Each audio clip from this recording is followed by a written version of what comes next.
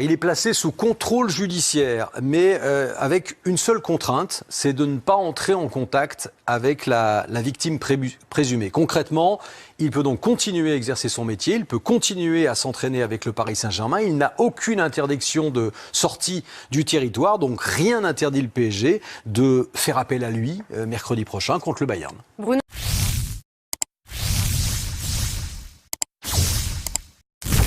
On en vient maintenant au Paris Saint-Germain et à cette information tombée en fin de matinée. Achraf Hakimi a été mis en examen pour viol. Vous allez l'apercevoir à l'entraînement aujourd'hui, au moment d'ailleurs où l'information a été révélée. David, il était visé par une enquête depuis plusieurs jours. Exactement. Alors les faits remontent, on va le rappeler, au samedi 25 février. Une jeune femme avec qui il échangeait sur les réseaux sociaux depuis quelques semaines l'a rejoint à son domicile.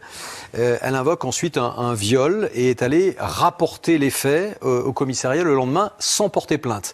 Elle a juste expliqué ce qu'elle a vécu. Et c'est le parquet qui s'est alors saisi du dossier et Achraf Hakimi a été ensuite entendu par les enquêteurs et aujourd'hui donc mis en examen.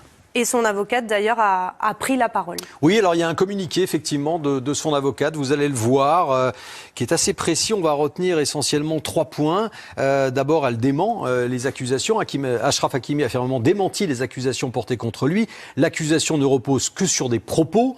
Monsieur Hakimi a été l'objet d'une tentative de racket. Ça, il faut la retenir, cette phrase, parce qu'elle dénonce donc une tentative de racket. Je rappelle que la mesure de mise en examen est un passage obligé pour toute personne qui fait l'objet d'une accusation de viol et offre enfin à monsieur Hakimi la possibilité donc de se défendre. Ça permet d'accéder au dossier et donc de se défendre en lui ouvrant des droits, en premier lieu celui de prendre connaissance donc du dossier. Voilà la réplique. En gros, c'est un moyen de défense sous forme d'attaque. On précise d'ailleurs, vous parlez que l'avocate de la victime présumée, elle, ne souhaite pas médiatiser le dossier.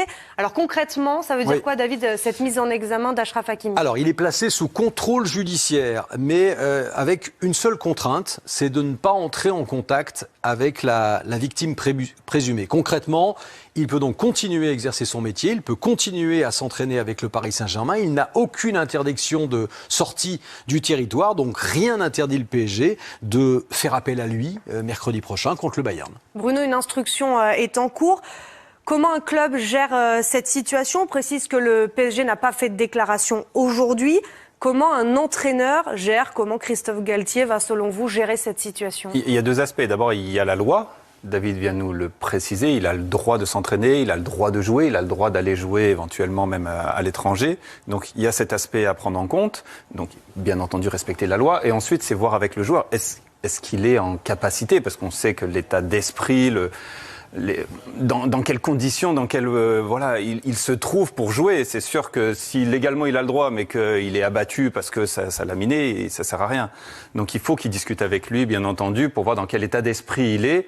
Si je l'ai vu sur les images, il a l'air souriant. Enfin bon, peut-être qu'il est dans de bonnes dispositions pour jouer.